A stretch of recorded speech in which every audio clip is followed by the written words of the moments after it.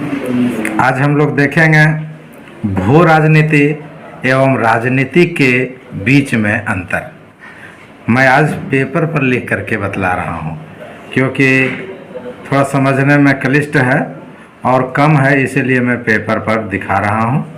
Syllabus पर आधारित है और महत्वपूर्ण है। आ जाएगा कि भू राजनीति और राजनीतिक में क्या अंतर है, तो आपको ये is a difference between geopolitics and politics geography. ठीक है, अब यहाँ पर देख लीजिए कि एक तरफ हम भू राजनीति और दूसरे तरफ राजनीति का अंतर को स्पष्ट किया है। देखिए यहाँ भू राजनीति में क्या कहता है, भू राजनीति मात्र विस्तार को प्रधानता देती है। किसको प्रधानता देती है?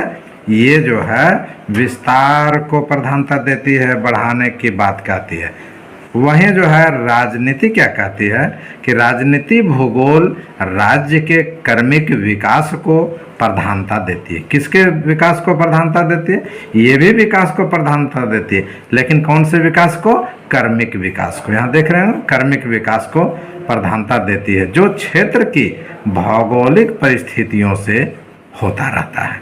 ठीक है, अब दूसरा जो है राजनीतिक भूगोल के बारे में कहते हैं कि राजनीतिक भूगोल भौतिक तथ्यों पर जोर देता है। किस पर बल दे रहा है? ये भौतिक तथ्यों पर राजनीतिक भूगोल जो है हमारा ये जोर देता है, जिसके आधार पर राजनीति का विश्लेषण होता है।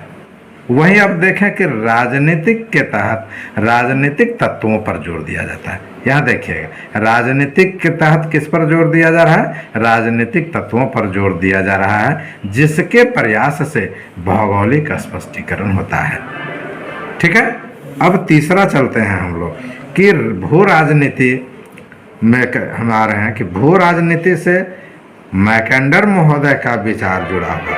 ये भू राजनीति की बात जो आ गई, इस विचारधारा से मैकेंडर महोदय का बात जुड़ा है। मैकेंडर महोदय के बात आप पढ़े होंगे राजनीतिक भूगोल, तो उन्होंने कहा कि जो क्षेत्र पर राज्य करेगा वो हमारा राज्य पर राज्य करेगा। जो राज्य का जो है मालिक होगा वो देश का मालिक होगा, और जो देश का मालिक होगा वो पूरा विश्व का मालिक होगा। इस प्रकार की बातें आप मैकेंडर महोदय का आप पढ़ेंगे। तो ये मैकेंडर महोदय जो है किस विचारधारा से जुड़े हुए हैं? भू राजनीति विचारधारा से। वहीं देखिए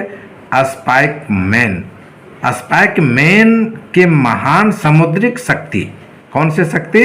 सामुद्रिक शक्ति भी राजनीति का जो है एक उदाहरण है। क्लियर हो गया? अब आएगा कि स्पाइकमैन किससे जुड़े हैं? तो राजनीतिक भूगोल से। और ये जो है हमारा मैकेंडर किससे जुड़े हैं? तो भू राजनीतिक से। क्लियर हो गया? आगे चलते हैं। अब चौथा अंतर देख रहे हैं हम लोग, भू राजनीतिक एवं राजनीति में चौथा अंतर। तो भू राजनीति एक संकीर्ण धारणा है।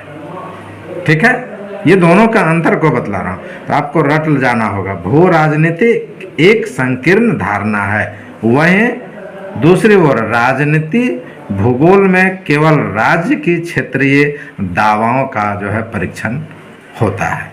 ठीक है, अब आगे चलते हैं हम लोग पांचवा अंतर पर।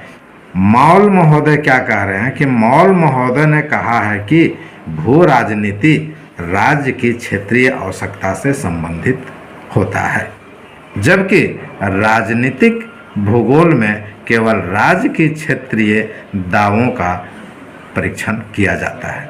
इस प्रकार हम लोगों ने आज जो है भू राजनीति एवं राजनीति के बीच के अंतर को देखा।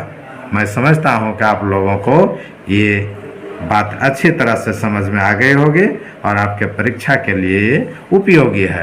तो यदि आप हमें समर्थन देना चाहते हैं तो वीडियो को लाइक और सब्सक्राइब जरूर करेंगे। बहुत बहुत धन्यवाद।